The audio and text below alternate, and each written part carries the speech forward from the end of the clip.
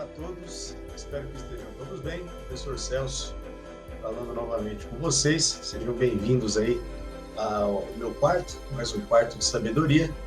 Peço a você que ainda não é inscrito no canal, que considere fazer a sua inscrição, deixe aí o seu like, né, e compartilhe o vídeo com muitas pessoas, porque assim o nosso trabalho pode ser espalhado aí no YouTube, tá bom? Bom, antes de mais nada, espero que todos aí tenham um ótimo 2025, que tudo aí dê certo para você. O que não der certo, a gente pode usar a frase, se não me falha a memória, de Luiz Fernando Veríssimo, né? No fim tudo dá certo. Se não deu certo, é porque ainda não chegou no fim. Então, o importante é sempre estar disposto a fazer, né? A tentar realizar os seus projetos, né? Eu brinco muito com os meus alunos falando sobre isso, né?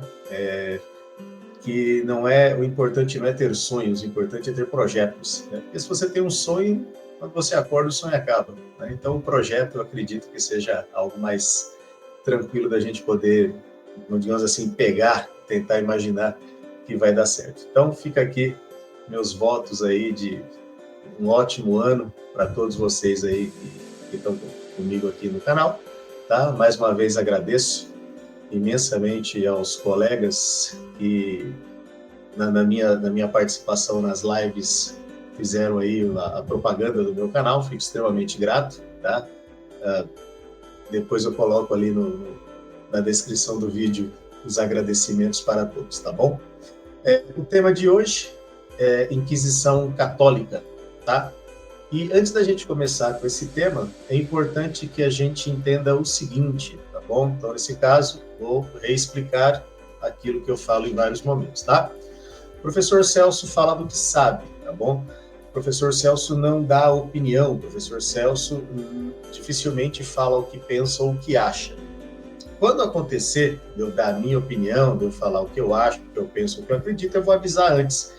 E nesses casos, você fique aí à vontade para poder discordar, obviamente com toda a educação, porque é assim que a democracia funciona, tá bom? Então, primeiro vamos entender, né, todo o contexto ali do que estava pegando na igreja, mais ou menos por volta ali do século 8, século 9, século 10 e 11, né? 8, 9, 10 e 11. Vamos lá. A Igreja Católica, ela já tinha se firmado como a mais importante na Europa, principalmente após a queda do Império Romano do Ocidente, porque o Império acaba e a Igreja continua. Então a Igreja se alia aos novos reis, né? Os reis germânicos que vão surgir. Inclusive, o Reino Franco vai ser o primeiro reino a se tornar, onde o rei vai se tornar cristão católico, e a partir daí a Igreja Católica começa a entender que se aliar ao Estado, continuar aliado ao Estado, seria uma ótima pedida para ela. Haja vista, a Igreja Católica tem aí, né, quase 2.000 anos de vida, e então a gente pode, eu sempre brinco, né, eu uso a palavra firma só para o pessoal entender, tá? Então, por favor, não se ofendam com a brincadeira. Eu digo que é uma firma que deu certo, porque está aí há 2.000 anos, nunca abriu falência, né? E quando teve crise, soube resolver as suas crises. Então, dentro da ideia da Igreja Católica ou da cristandade como um todo, sempre veio aquela preocupação em poder interpretar os textos bíblicos da maneira, segundo eles, as mais corretas, né? De uma forma que não houvesse aquilo que a gente vai chamar de heresia, né? Que seria uma espécie de pensamento diferente, de separação do pensamento que acabava se tornando padrão. Então, a Igreja Católica, ela cresce como instituição onde, por conta da sua hierarquia, havia aqueles responsáveis por estar interpretando o texto, e havia um consenso nessa interpretação, tá? Qualquer pensamento diferente do que era o aceito entre os líderes, os próprios líderes chamavam de heresia, e aí começava a perseguição. Mas como é que eles iam fazer esse tipo de coisa, ou seja, de explicar o que era, o que não era heresia, para aquelas pessoas que por um acaso falassem algo diferente da igreja? Importante também é a gente pensar no seguinte: nós estamos falando de uma Europa onde grande parte da população era analfabeta.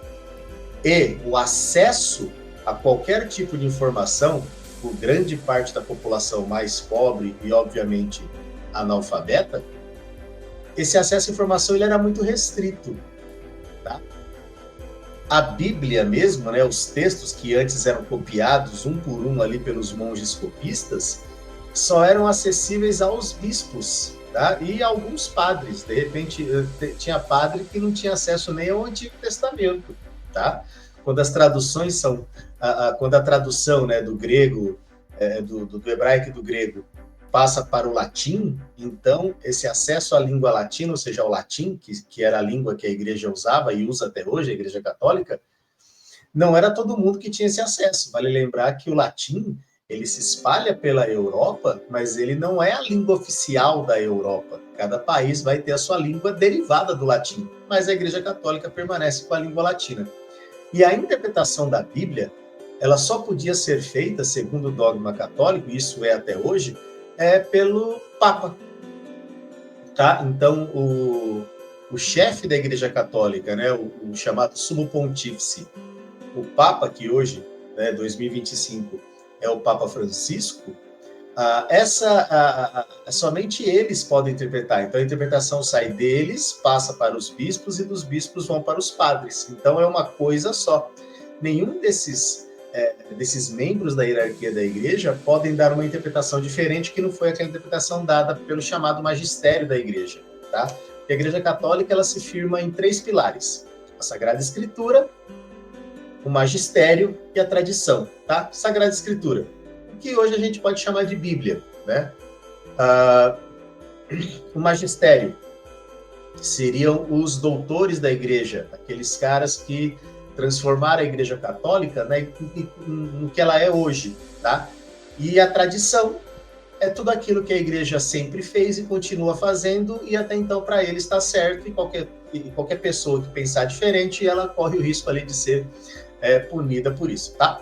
Pois bem, acontece que a ideia de heresia, ela sempre esteve presente, porque, querendo ou não, o ser humano, ele dotado de conhecimento, dotado de consciência, ele vai pensar diferente daquilo que está sendo escrito e talvez propor novas ideias. Mas é que tá. Eu só posso propor novas ideias se até então eu faço parte de quem, né, daquele grupo que manda. Porque se eu não faço parte do grupo que manda e trago uma nova ideia, e talvez essa ideia seja válida, o pessoal que manda vai se sentir meio, né, ali, vai se sentir preocupado, porque, peraí, por que esse padre ou esse bispo está falando algo que não faz parte do nosso magistério, né? Então, como é que a gente vai resolver isso? Para tentar acertar esse problema, né, tentar resolver esse problema, foi criada, então, aquilo que a gente chama de Inquisição. Inquisição vem da palavra inquirir, que é perguntar, que é interrogar, tá bom? Tá? Aí eu acabei de perceber, não reparem as manchas aqui, é que eu estou tentando arrumar o fundo verde, tá? Então, enquanto não tiver um papel de parede legal atrás aqui na sala, no quarto, as coisas onde eu vou colocar o meu escritóriozinho para fazer as aulas, tá? Enquanto isso eu vou ficar usando esse fundo verde aqui, tá bom, galera? Então, vamos lá. Vamos pensar então no seguinte, né? Para evitar a heresia, eles perseguiam essas pessoas que seriam as chamadas de hereges para fazer com que esse cara parasse de ser herege. Tudo bem? Tranquilo até aí? Tá ótimo. Então, eu vou mostrar para vocês aqui uma pequena apresentação que eu fiz, que é justamente uma linha do tempo, que aí eu vou explicando ela para vocês, tá bom? Então, eu vou colocar aqui. Pois bem, aí, ó. É a linha do tempo da Inquisição, tá? O que foi a Inquisição? Como está explicado ali, ó, instituição do sistema jurídico da Igreja Católica Romana, que combatia e ainda combate heresias, apostasia e blasfêmia, tá bom? Como eu falei para vocês, né, a heresia seria uma espécie de separação daquilo que seria o dogma, né? A apostasia é quando você nega totalmente aquilo que está sendo ensinado, e a blasfêmia é quando você, a princípio, comete o que dentro da Igreja Católica será um pecado contra aquilo que eles consideram santo, tá bom? Só para ficar claro aqui. Caso você não seja católico, fique tranquilo que isso não pega você de forma alguma, tá bom? caso aí, a Inquisição é feita somente para os católicos, tá? A Igreja Católica, ela não persegue quem não é de outra religião, tá bom? Tanto é que a Inquisição, ela só ia em cima de católicos, tá? Ah, mas o cara era judeu. A Inquisição não estava nem aí com ele. Ah, ele era muçulmano. A Inquisição também não estava preocupada com ele, tá? A Inquisição era somente para os católicos, tá? Então, para vocês verem que faz tempo, né? Ó, em 1022, vai ser criado o Tribunal Público contra a Heresia, lá na França. Lembra que eu falei? O Reino Franco foi o primeiro reino a se tornar católico na Europa. Isso lá no século X, tá? Então, essa Inquisição, ela era interna. Obviamente, como eu falei para vocês, era apenas para os católicos. E esse tribunal servia para quê? Ele servia para combater as heresias, a apostasia e as blasfêmias entre os padres, tá? Então, se tivesse um padre que, por acaso, estivesse falando algo que era fora daquilo que a igreja estava ordenando, obviamente ele seria punido por isso. Tudo bem? Então, vamos lá. Entre os anos 1183 e 1184, agora século XII, vai acontecer o Concílio de Verona, né? O que é o concílio? Na Igreja Católica, o concílio é quando todos os bispos se reúnem para tomar decisões que sejam dogmáticas ou então ecumênicas, como foi o caso do último concílio que a Igreja Católica teve, que foi o Concílio Vaticano II, que muitos católicos hoje questionam esse concílio, porque, segundo eles, a Igreja Católica meio que saiu do eixo, tá? Mas isso aí é um outro assunto para a gente discutir depois. Então, o concílio serve para quê? Para que todos os bispos, tá? Entre aspas, falem a mesma língua, que qualquer bispo em qualquer lugar entenda qual é a regra, porque na Igreja Católica, o chefe da igreja é o bispo, tá? O Papa é um bispo, tá bom? Então, explicar para vocês que não conhecem o que seria a hierarquia muito rapidinho da Igreja Católica, tá? Diácono, padre, bispo. Essa é a hierarquia da igreja, tá bom? Ah, professor, mas não tem o cardeal, o arcebispo, o papa? Tem. Então vamos entender que todos esses são bispos também, tá? Então, por exemplo, se tem um padre, tá bom? Esse padre, ele tem um trabalho excepcional ali na paróquia, a igreja percebe que esse padre pode ser útil como um chefe na igreja, então ele vai ser ordenado bispo por outro bispo. Quando ele se torna bispo, ele não cuida mais da paróquia, tá? O bispo, ele cuida de um lugar chamado diocese. A diocese são várias paróquias juntas, tá bom? Só que a Igreja Católica cresceu, então havia muitas dioceses. Quando tem muita diocese, eles juntam todas essas dioceses numa arquidiocese. Só que o bispo cuida da diocese, precisa de alguém com mais responsabilidade. Então, um bispo, agora ele vai ser chamado de arcebispo. O arcebispo cuida da arquidiocese, que são várias dioceses, beleza? Só que a igreja cresceu muito, e a igreja está praticamente no mundo todo. Quem vai cuidar da igreja como um todo? Aí o bispo, ele se torna cardeal. Cardeal é aquele cara que cuida da igreja como um todo. E esse cardeal, ele é tão importante na hierarquia da Igreja Católica que ele pode ser aquele cara que vai fazer a ponte entre Deus e os homens, o pontífice. Então, entre os cardeais, será escolhido o Papa. Beleza? Que também, obviamente, lembra, o cardeal, ele é um bispo. Então, os cardeais votam ali no chamado conclave, que é a eleição que elege o próximo Papa, quando o Papa anterior falece, tá? Ou renuncia. Nós tivemos, se não me falha a memória, 3 casos de renúncia na igreja, de Papa que renunciou ao cargo. E aí, os cardeais escolhem, entre eles, aquele que vai ser o próximo Papa. Então, todos eles são bispos, tá bom? Para ficar mais fácil para vocês entenderem, tá? Então, no Concílio de Verona, vai ser criado esse Tribunal da Inquisição. Então, esse pessoal que vai ser acusado de heresia vai ser perseguido pela igreja. E o mais interessante que aí vale frisar é o seguinte, tá? Que aí eu vou explicar isso depois para vocês. Detentores de cargos públicos, tá? E nobres, eles devem punir os hereges. Por que eles punem os hereges? Porque não é a igreja que faz isso, tá? Então, a primeira perseguição que a história vai nos contar é a perseguição aos cátaros, que seria eles são católicos, mas eles pensavam um pouco diferente do que o magistério da igreja pregava, que os dogmas da igreja pregava, tá bom? Então, eles serão perseguidos em Albi, tá? Lá na França, e quem vai dar essa ordem vai ser o Papa Lúcio III, tá bom? Anos depois, em 1209, vai ter a Cruzada Albigense, tá? O que seria uma cruzada? Se não me falha a memória, é no 7º ano do ensino fundamental e se eu não me engano também, acho que é entre o 1º e o 2º ano do ensino médio, tá? Penso que série do ensino médio, em que nós aprendemos sobre cruzadas. As cruzadas são expedições militares / religiosas que perseguem os hereges, tá? Cruzadas a gente conversa um pouquinho mais para frente depois, mas entenderam? Então, a cruzada persegue hereges.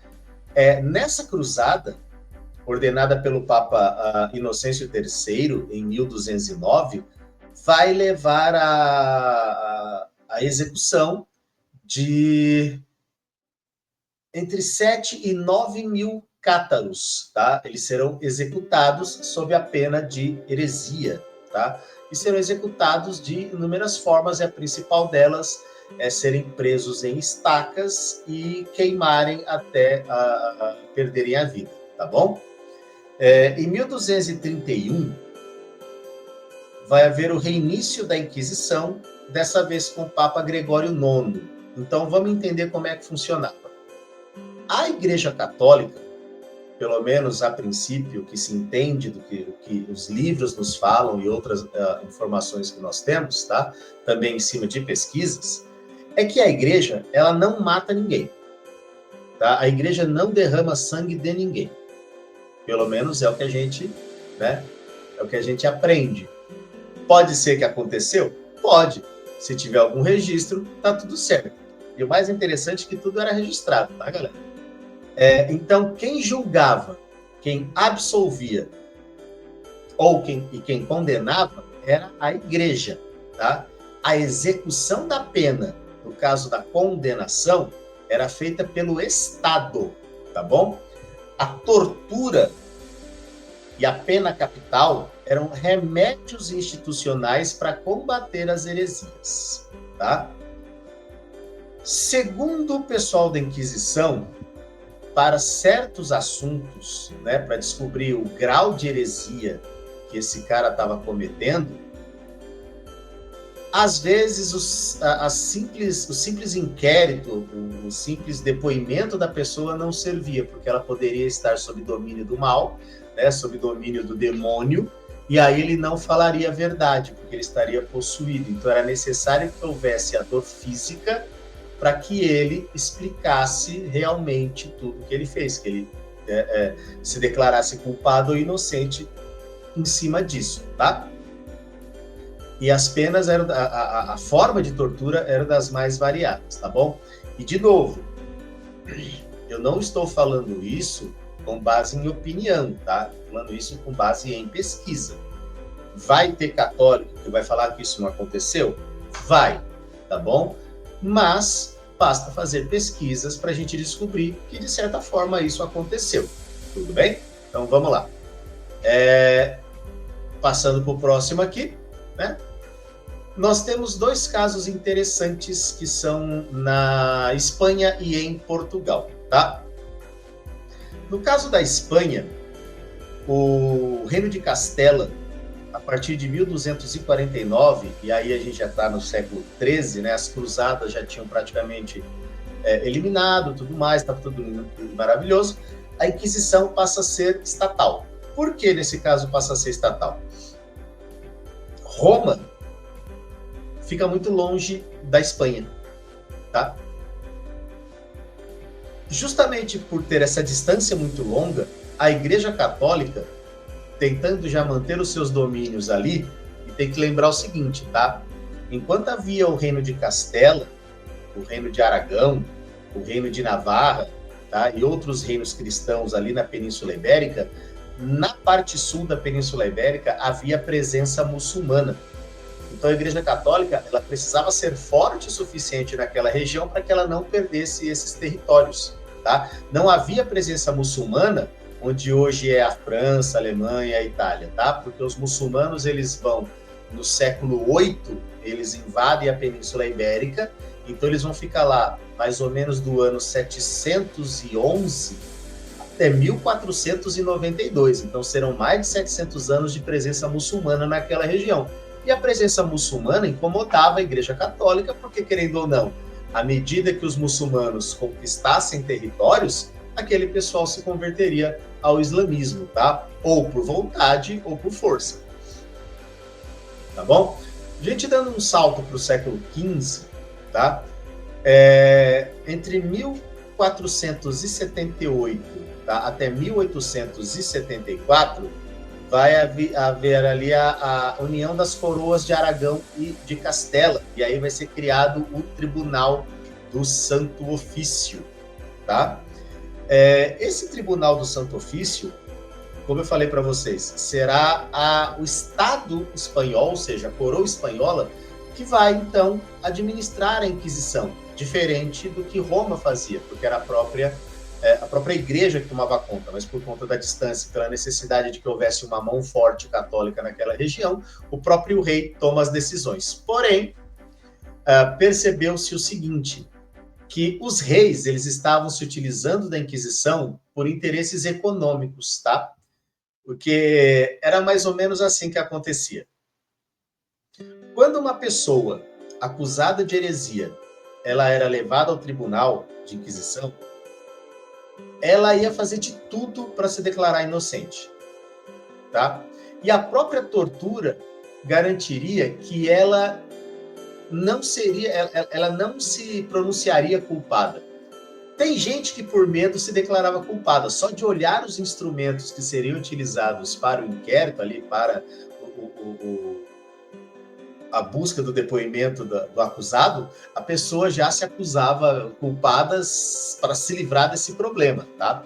Tanto é que certa vez tivemos um caso, né, dentro aí da história da Inquisição, houve um caso em que o cara, tão desesperado, né, querendo se livrar daquilo, achando que a declaração de culpado resolveria o problema, ele disse, né, ele mesmo disse que havia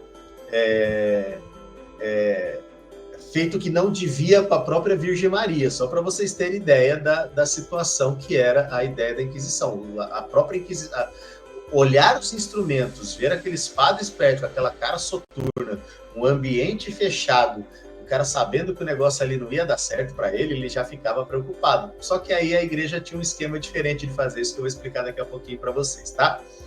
Então, em 1483, a Igreja Católica, percebendo que os reis espanhóis estavam fazendo para mais, criaram o Conselho da Suprema Inquisição, tá? Por ordem do Papa Sisto IV. Tá? Nesse caso, a Igreja nomeia um inquisidor, ou seja, aquele cara que vai ser o responsável por toda a perseguição aos hereges, que vai ser o famoso Tomás de Torquemada. Então a Inquisição Espanhola ela vai ficar importante justamente por isso, tá? Porque o Tomás de Torquemada vai ser aquele cara que vai promover ali, sei lá, uma avalanche de inquéritos, onde muitas pessoas serão punidas com a morte, tá? E dentro dessa punição com a morte, haverá o auto de fé, tá? O que é o auto de fé? Era realizado em praça pública, tá? As pessoas eram colocadas ali num tablado, havia o cara ficava preso numa estaca, nessa estaca ficava ali em volta do cara gravetos, o cara era besuntado com óleo ali para ser inflamável, tá? E lá havia a oportunidade do cara poder se dizer culpado ou inocente, ou de poder chegar até Cristo e tudo mais. Então, como é que era o esquema? A pessoa ficava amarrada, o padre perguntava se ele aceitar, se ele continuava sendo cristão, se ele se arrependia dos pecados, e aí se a pessoa dissesse que sim, havia uma corda presa no pescoço do acusado e atrás havia um torniquete. Então o carrasco, ele apertava aquele torniquete até asfixiar a pessoa. Então ali ela perdia a vida asfixiada, mas mesmo assim tinha o corpo queimado, porque na ideia da Igreja Católica, o fogo, tá, ele purificaria todos esses pecados. Então nesse auto de fé, a pessoa faria isso. Se no auto de fé ela ainda dissesse, ou se dissesse pecador, ou fosse contrário ao que estava acontecendo ali com ela, ela não seria asfixiada e ela seria queimada viva, tá? Isso era feito em praça pública, tá? Com a presença dos nobres e com a presença da igreja, justamente porque era o Estado e a igreja que estavam ali tomando conta da vida da pessoa, tá? E realmente isso foi uma situação muito triste, né? Foi uma época muito triste da igreja, porque ela fazia, não a igreja, tá? Mas funcionários da igreja tomavam essa atitude. A culpa da Inquisição não é bem da igreja, lembra? Começou no século XI e ela vai até o século XIX, tá? Então a igreja permanece, mas as pessoas que fazem parte disso que começam, então, a ter esse problema, tá? Um outro detalhe interessante que eu preciso passar para vocês, deixa eu só ver aqui, deixa eu voltar, é isso mesmo, tá? Vai ser criada a Ordem dos Dominicanos, tá? Nesse período aí. E o que é a Ordem dos Dominicanos? É uma ordem religiosa, católica, e essa ordem foi criada justamente para que esses padres dominicanos fossem os inquisidores, tá? Quer ver uma coisa interessante? Martinho Lutero, ele era padre dominicano. Então, ele combateu a heresia que ele viu dentro da própria Igreja Católica. Por isso que ele achava errado o que acontecia no século XVI ali na Europa, na Europa Central, com relação à corrupção que ele viu na igreja. Porque ele era um dominicano. O problema qual que era? Ele viu a corrupção em gente mais poderosa que ele. Por isso que ele foi perseguido, por isso que ele foi excomungado e quase foi morto pela igreja, tá? No caso, o imperador Carlos V, ele tinha dado ordem de capturar Martinho Lutero e executar, tá? Porque, lembra, quem executa é o Estado, a igreja só condena, tá bom? Então, em 1496, deixa eu só resolver um negócio aqui. Deixa eu só tirar.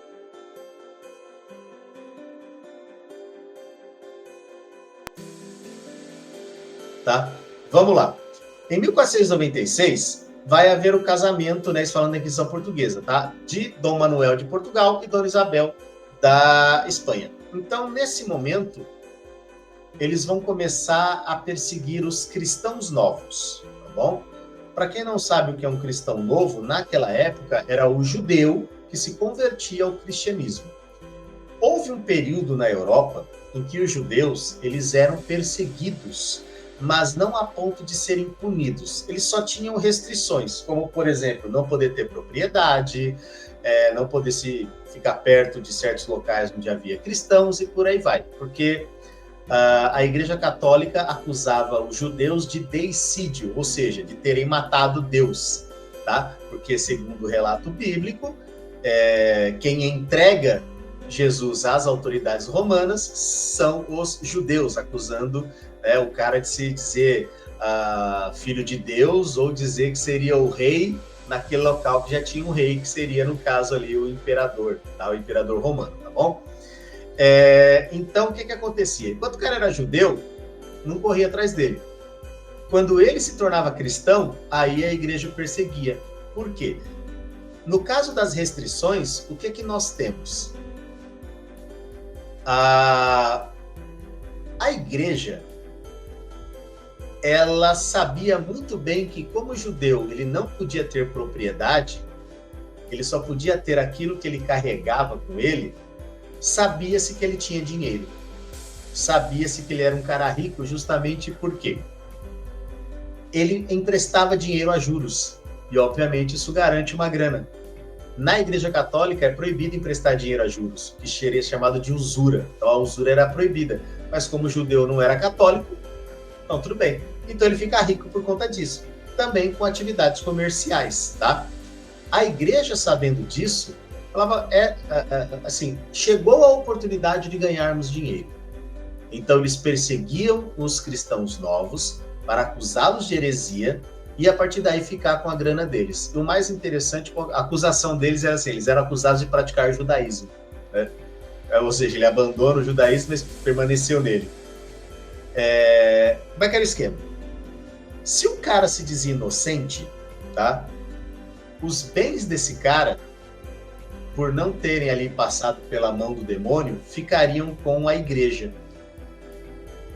Se o cara se declarasse culpado até a última ponta, falasse que era lá, sei lá, amigo do Satanás, vamos dizer assim, esse cara ele era executado pelo Estado e os bens ficariam com os parentes. Então, a forma como a Inquisição agia era justamente para que o cara, ainda que ele fosse executado, ele sempre se declarasse inocente. Que é justamente para que os bens dele ficassem ali com a igreja, tá?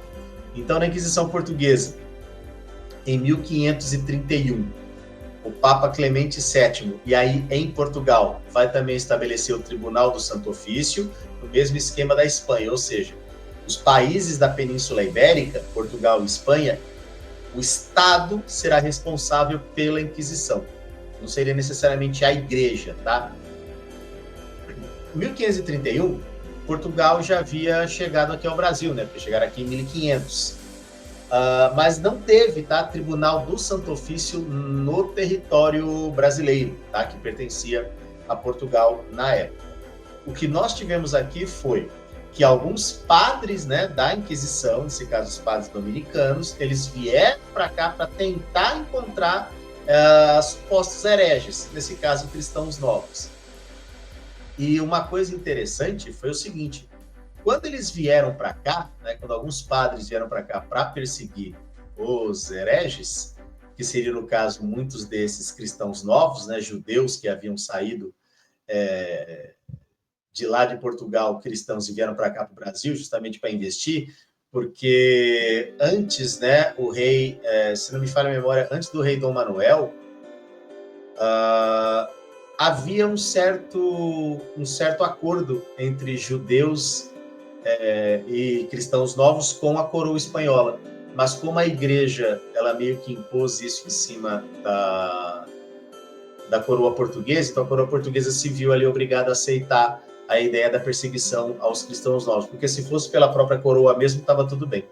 Então, quando eles vieram para cá, muitos que estavam no Nordeste, né, porque era muito mais fácil chegar de navio até o Nordeste do que, por exemplo, até o sul do país, muitos que estavam lá, muitos desses judeus perseguidos, eles foram ou para Buenos Aires ou para onde hoje são os Estados Unidos.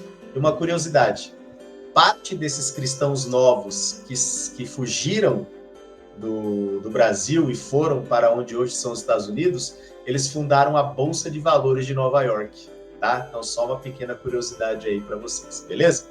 Vamos lá. Então, né, em 1536, o Papa Paulo III, ele vai estabelecer na Inquisição também a censura, a proibição da Bíblia em outras línguas e também os autos de fé.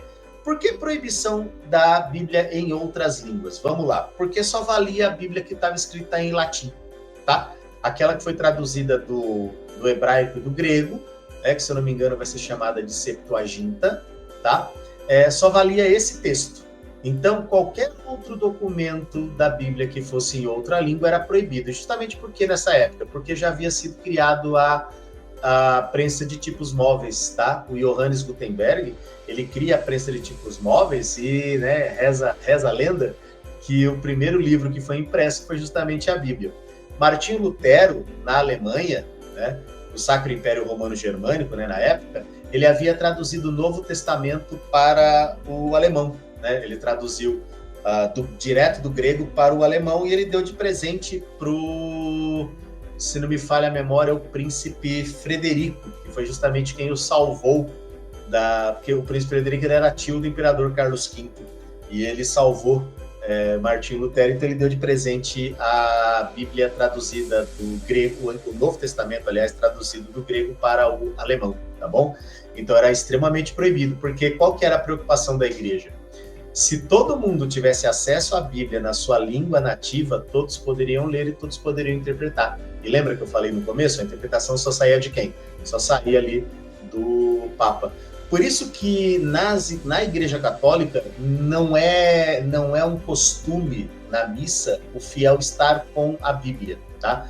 Ele pode levar a Bíblia? Pode, não tem problema nenhum, justamente para poder acompanhar as leituras que são feitas lá. Só que a primeira leitura, a segunda leitura, o Salmo, o Evangelho, já vem tudo prontinho lá do Vaticano. Então, qualquer igreja, em qualquer lugar do planeta que tiver acontecendo uma missa, vai ser sempre a mesma. Primeira leitura, segunda leitura, a carta de Paulo, o evangelho vai ser todo o mesmo. A igreja não pode mudar isso, tá? O que muda é a homilia do padre, só que o padre também ele tem certas regras com relação ao sermão dele. Ele não pode abordar certos temas, porque certos temas já são proibidos pela igreja, tá?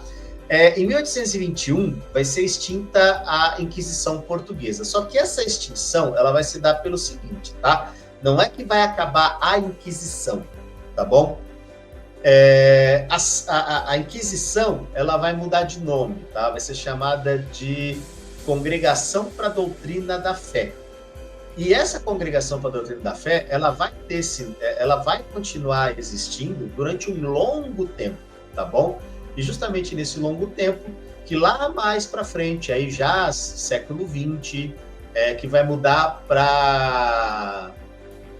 Aí depois no século XXI vai ser mudado o nome para Dicastério da Doutrina da Fé. Então a Inquisição muda para Congregação da Doutrina da Fé, e de Congregação para a Doutrina da Fé para Dicastério para a Doutrina da Fé. Só muda o nome, mas a ideia é o mesmo. Eles torturam? Não. O que eles fazem? Excomungam a pessoa. Tá? O que seria excomungar? Seria tirar a pessoa do corpo de Cristo. Ela não pertence mais à igreja. Antigamente, isso era meio ruim para o católico. Alguns católicos hoje ainda se preocupam com isso, tá bom?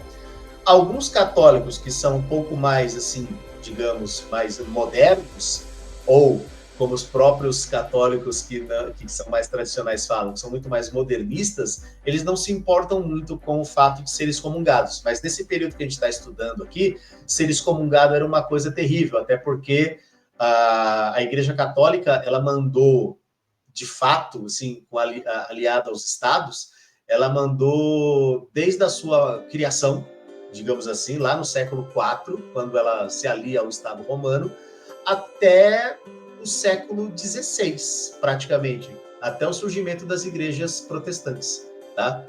E ainda, mesmo depois do surgimento das igrejas protestantes, a Igreja Católica ainda tinha uma forte influência, porque foram poucos estados que de fato se tornaram protestantes. A única notícia de estado protestante de fato foi a Inglaterra, quando surge a Igreja Anglicana em 1534, tá?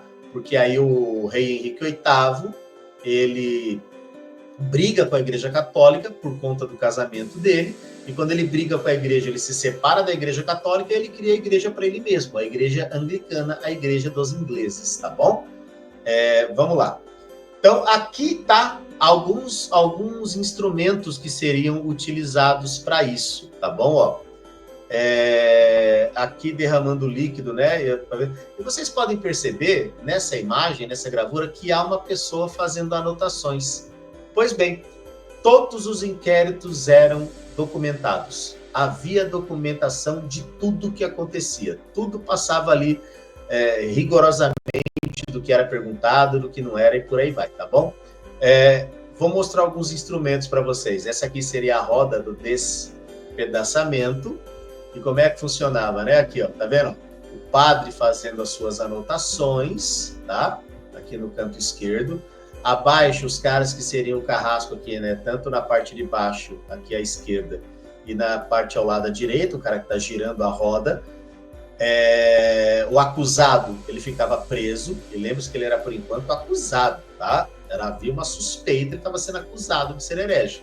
E aqui ficavam brasas, então o corpo dele passava, ia queimando a parte da frente do corpo do cara, e deve doer pra caramba, né? Quem já queimou aí o dedo na panela sabe do que eu tô falando, né? E aí, a partir desse momento, era pego, então, o depoimento da pessoa, tá bom? Outro, o garfo ficava preso aqui entre o queixo e essa região, tá? Onde é feita hoje a traqueostomia, para a pessoa poder respirar. Isso dificultava muito o quê? Que a pessoa movimentasse a cabeça, porque ele poderia tanto perfurar essa parte do queixo, né? Porque aqui não tem o osso, é só essa parte da frente do maxilar. Aqui não é osso, tá? E aqui também não é osso, tá bom? Nessa parte de baixo aqui não é osso, tá? Isso poderia perfurar e machucar o cara. Outro, né? O chamado berço de Judas. Então aqui existe uma figura do que era, e aqui como é que era feito, né? O corpo do acusado, ele era amarrado pela cintura, ele tinha os braços amarrados, e aí havia alguém que controlava a descida do corpo. Então, pelo próprio peso do corpo, essa cadeira em forma de pirâmide, pontiaguda, era colocado ali na região tanto dos órgãos genitais quanto do ânus do acusado, e aí ele era inquirido naquele momento. E, de novo, mais uma vez, a imagem aí nos mostra que havia documentação de tudo isso que acontecia, tá? Essa aqui é a chamada pera. E vocês podem perceber que isso não é uma ilustração, isso é uma foto, porque esse instrumento ele existia mesmo. Aqui ele está aberto, então para que ele servia? Pessoas que eram acusadas de sodomia, né, ou seja, práticas homossexuais, ele tinha esse instrumento, ele era fechado, ele era introduzido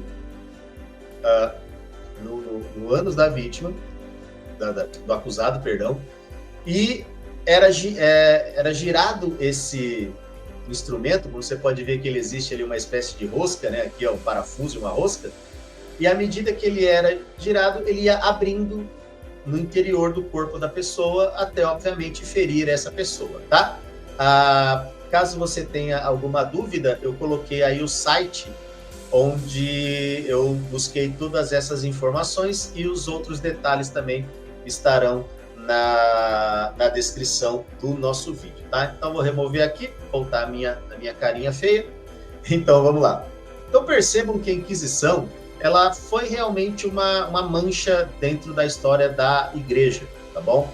Essa mancha, obviamente, ela não foi causada pela igreja em si, mas ela foi causada por aqueles que faziam parte da igreja. Nós tivemos casos parecidos com os protestantes, sim, tá? Ainda que o nome não fosse Inquisição, Martinho Lutero, num dado momento, ele meio que faz vista grossa para que os nobres pudessem punir os camponeses que, por um acaso, se achassem no direito de não obedecer ao nobre, porque esse nobre havia se tornado protestante, mas o camponês ali continuava católico. Então, houve esse problema, tá? Quando é que ele vai ser resolvido? Principalmente na assinatura da Paz de Augsburgo, de 1555, onde foi decidido que a região que tivesse um príncipe, né, um nobre que comandasse a região, e ele fosse católico, o povo seria católico. Se ele fosse protestante, o povo seria protestante, tá? Mas isso não tirou o fato de que mais de 100 mil pessoas foram mortas, justamente porque Martinho Lutero começou a acusar essas pessoas de serem servas do demônio, tá? E fazendo vista grossa e escrevendo, inclusive, que os nobres poderiam, sem nenhum tipo de remorso, punir os caras, tá? Dentro da Igreja Católica, o que acontecia? Lembra que eu falei? A Igreja Católica, ela não matava ninguém, tá? Ela não mata ninguém. Mas nas torturas havia um exagero. Então, o que foi instituído mais para frente, dentro do período ainda dos inquéritos? Se por acaso um padre exagerasse na tortura, ele poderia confessar o seu pecado a outro padre, e aí ele seria perdoado do seu pecado. Ele falou, exagerei. Não, tudo bem, você está perdoado. Então, É uma coisa estranha que existia dentro da Inquisição na Igreja Católica, tá bom? Bom, galera, por enquanto é só isso mesmo, tá? Se você tiver alguma dúvida, fique à vontade ali no campo de comentários. Se tiver algum comentário a fazer, pode fazer também, fique à vontade. Lembre-se, seja muito educado no comentário. Eu não estou falando a minha opinião, eu estou apenas passando informações que foram feitas pesquisas para isso, tá? Eu estou aqui na função de professor. Isso aqui não é um canal de opinião, é um canal de aula, vamos dizer assim, tá? Por isso que eu quero que o conhecimento seja espalhado para todos vocês. Caso você tenha gostado, deixe seu like, ficarei muito feliz com isso. Caso você não seja inscrito, considere se inscrever no meu canal, compartilhe o vídeo, que eu acho legal que as pessoas entendam um pouquinho mais de história de uma forma mais simples, tá? Porque eu tento utilizar uma linguagem mais simples. E a gente se vê numa próxima. É isso por enquanto. Um abraço.